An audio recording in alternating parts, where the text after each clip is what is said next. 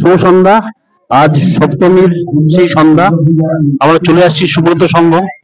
আপনারা দেখতে যাচ্ছেন যে তাদের ঐতিহ্য বরাবর ধরে রেখেছে, তাদের যে সৌন্দর্য। দেখুন, আমাদের যে প্রাকৃতিক জিনিস যেটা বিলুপ্ত হয়ে যাচ্ছে সেটাই ওরা ধরে রাখছে।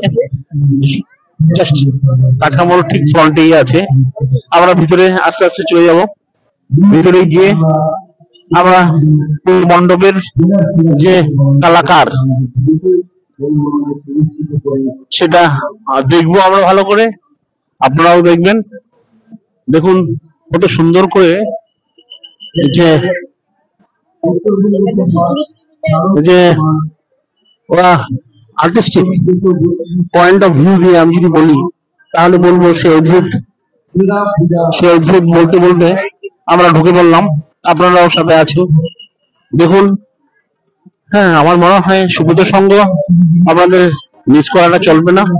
আপনারা সকলেই দলে দলে আসুন এবং দেখে যান। এই বলে আমার বক্তব্য এখানে রাখছি।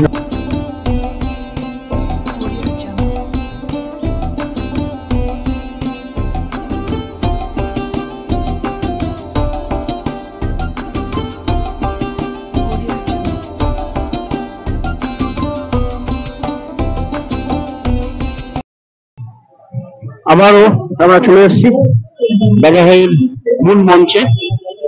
আপনি দেখতে পাচ্ছেন বিশাল মাঠ।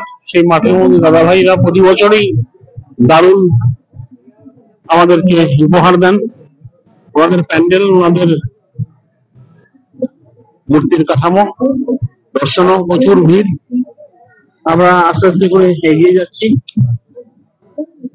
অনেকটা সময় লাগবে আমি জানি ভালো করে, সেই সময়টুকু আমাদের আছে যথেষ্ট। আমরা দাদা ভাই ক্লাবের পুজো দেখবো বলেই এই ভিড়ের মধ্যে দাঁড়ানো আছি। আপনারা আমাদেরকে সাহায্য করুন, আমরাও আপনাকে দেখাবো। করুন, মন্ডলের ভিতরে যাই, তাহলে তারপরে আমরা আলো দেখাচ্ছি।